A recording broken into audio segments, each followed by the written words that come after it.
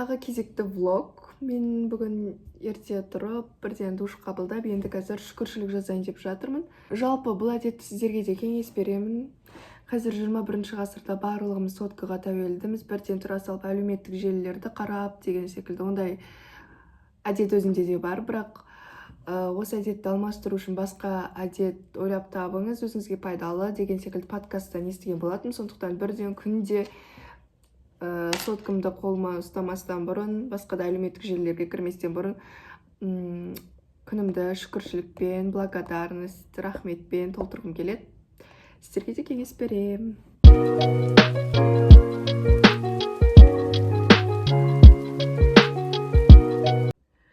Достар, жалпы сіздер ойлайтындай ешқандай қиыншылық жоқ, сондықтан барлықтарыңызға міндетті түрде күнде пайдалы іске уақыт бөлулеріңізді сұраймын. Жалпы негізінде бұған көп уақыт кетпейді. Мысалы үшін благодарность, шүкіршілік жазсаңыз 5-ақ минутыңыз кетеді. Кітапты күніне тек 5-ақ бет оқысаңыз жылына 17 немесе 14 кітап оқиды екенсіз. Осындай қызықты информациялар естідім. Сондықтан да сізге аз ғана болып көрінген нәрсе тұрақтылықтың арқасында бір үлкен жақсы жетістікке, үлкен бір нәтижеге алып келуі мүмкін. Сондықтан міндетті түрде аз-аздан бірақ үздіксіз өздеріңізге пайдалы әдеттерді енгізуді ұмытпаңыздар. Мен жазып болдым. Сонымен қатар денсаулығыма аса көңіл бөліп бастағандықтан қазір осы витамин ішетін боламын. Жалпы мен витамин дәрілерді көп ішемін, алайда осы жолы тек шынымен де ағзама қажетті, ең керек және ең мықты витаминдерді ғана қабылдаймын деп шештім.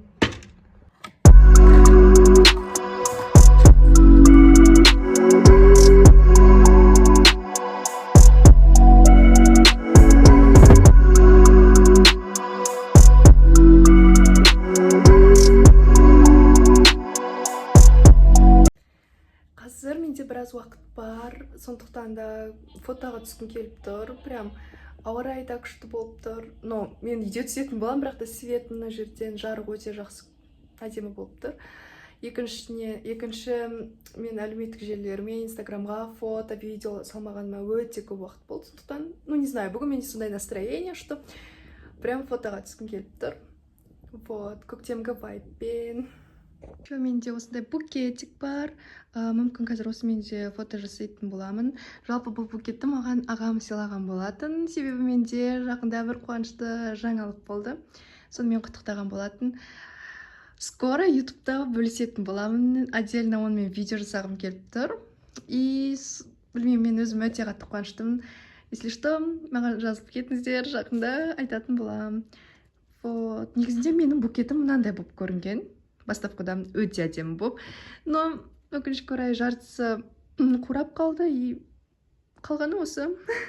Это тоже очень красиво. Короче, ребята, менде фотолар шықты. Жақсы әдемі, бірақ та мен әлі шешкен жоқпын. Инстаграмға салам ба, салмаймын ба.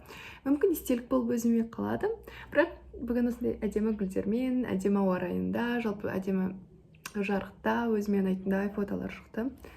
Ал енді қазір мен кітап оқығым келіп тұр. Орыс тілінде және қазақ тілінде өзімнің бастаған кітаптарымды оқимын. Одан кейін қытай тілінен дайындық болатын болады. 12 апрель, 12 сәуір күні менде қытай тілінен емтихан HSK білетіндеріңіз бар болса.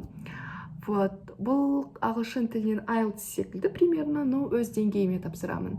Қытай тілінде 6 деңгей болатын болса, мен 4-ші деңгейіне тапсырып көремін. Қатты қобалжудамын, көп болды дайындалған жоқпын. Дайындалмағаным себебі де бір қуанышты сәт болған болатын, соған менде дайындық болдым. Ол жайлы подробнее сосын айтып беретін боламын. Ал енді мен оқуыма дайындалуға кеттім. Пока. Ал мен осындай әдемі орында неше сағаттап болсын сабақ оқуға қарсы емеспін. Қараңыздар, қандай әдемі. Жалпы мына гүлдерімнің тұрғанына 3-ші күн болды, бірақ та өте әдемі.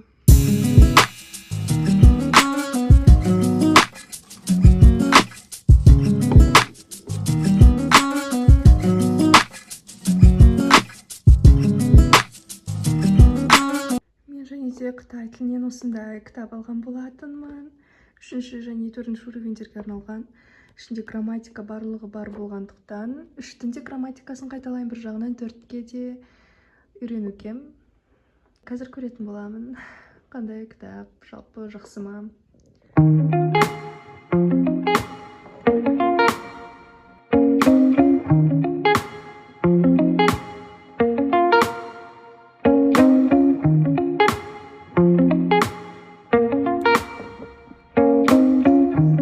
Мен кофе ішіп отырмын, и біраздан кейін менде уже бір сағаттан кейін қытай тілінен сабақ болады. Мен сабақ беретін боламын қосымша. Вот.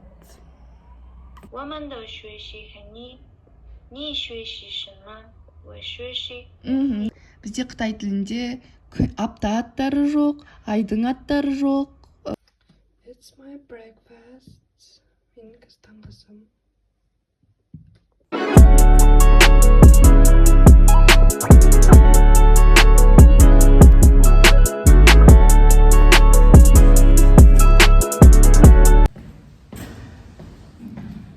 Бәріне сәлем, бүгін менде екінші күн влог.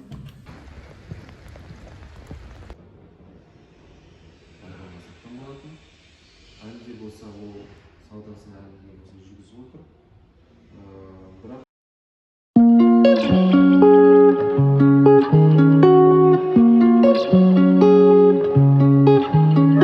Және мен бүгін универде осындай бол жеген болатынмын.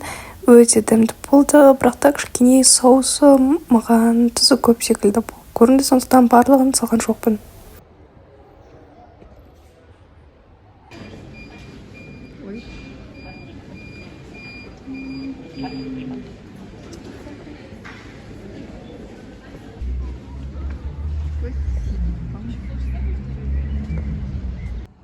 Достар, мен осы кітапты кеше ғана оқып бастаған болатын, пайдаланып, и сіздерге айтарым.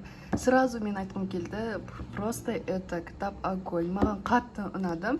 Себебі ішінде қазір сіздерге көрсетейін. Біріншіден жаңа сөздер бар, бірінші тақырыпқа байланысты. Одан кейін сол тақырыпта жаңа сөздерге байланысты 4 диалог береді. Әрқайсысын жазып, аудармасымен жаттап, оқып, әңгімелегенге өте ыңғайлы, қысқа, бірақ та жалпы тақырыпты қамтитын 4 диалог. Сосын лексический комментарий дейді, осындай бар. И одан бөлек бізде грамматика бар, пример бар. И сол тақырыбымызға байланысты осы жерде өте көп жаттығу бар. Және жаттығудың жаңа жауабы кітаптың артынан таба аласыздар. Это кітап просто 10-10. Сіздерге кеңес бергім келеді деп айтқым келген. Қымбат тұрмайды, Каспийден алған болатынмын, қателеспесем 3500 теңгедей примерно. Нақты бағасын ұмытып қалдым, но бірақ маған қатты ұнады. Мен уже сабақтан үйге келдім. Қазір тез обед түскі асымды ішетін боламын. Одан кейін менде емтиханға дайындық. Сіздерге влогта айттым ба, айтпадым ба, есімде жоқ. Мен 12 апрель күні HSK тапсыруға, Қытай емтихан тапсыруға кіретін боламын. Соған менде үлкен дайындық жүріп жатыр. Сондықтан менде ешқайда шығып жатқан жоқпын, фитнеске барып жатқан жоқпын. Барлығын әзірше қоя тұрмын. Айналыспаймын деп шештім. Тек қана аз-ақ күн қалғандықтан тек осы Қытай тіліне көңіл бөліп жатырмын. Бірақ та осы емтиханды аман-есен тапсырып, бірақ та Қытай тілін жақсы тапсырып біткеннен кейін міндетті түрде продуктивті күніме көшетін боламын. It's my lunch. Жалпы түскі асым. Вот, ұсынсаңыздар и пельмень. Жалпы пельмень сіздер сорпамен ішке жақсы көресіздер ма, или сорпасыз ба? Маған солай ұнайды. И мен тек қолдың пельменін ғана жей аламын. Магазиндікі өкінішке орай ұнамайды деп па. Енді қазір бірдеңе көріп отырып жеймін. Сіздер де өздеріңіз жалғыз тағам ішкен кезде бірдеңе көріп отыратын болсаңыздар, осылай лайк басып кеттіңіздер. Но мен қазір полезный зат көруге тырысамын. Например, YouTube канал жайлы, YouTube арнаны қалай дамытуға болады деген секілді. Вот. Ал енді маған насып болсын. Всем привет, ребята. Барлығына сәлем, достар. Короче, мен в шоке болып тұрмын. Мен қатты қуанып тұрмын. Қуаныш жаңалығым деп влогтың бірінші күнде, кажется, айтқан болатын. Соны бүгін мүмкін бөлісемін. Мен негізі шыдамайтын.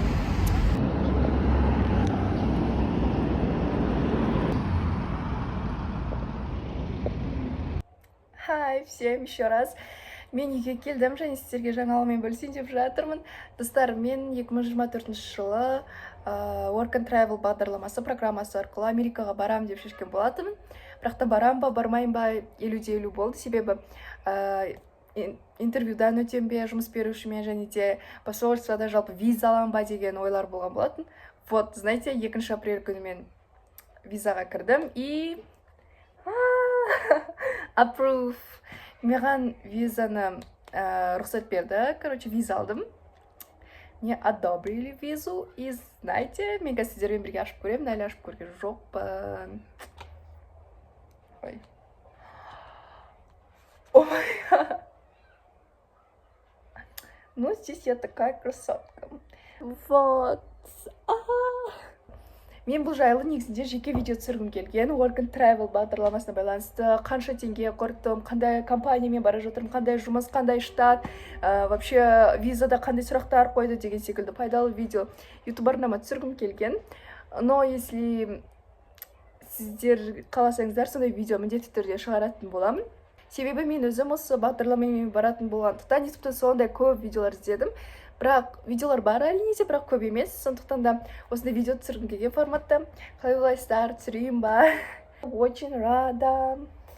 И бұйырса мен баратын болсам Америкаға Work and Travel бағдарламасымен сіздерге міндетті түрде өте көп видеолар шығаратын боламын YouTube арнама, влогтар, әсіресе Америкадағы өмірді деген секілді.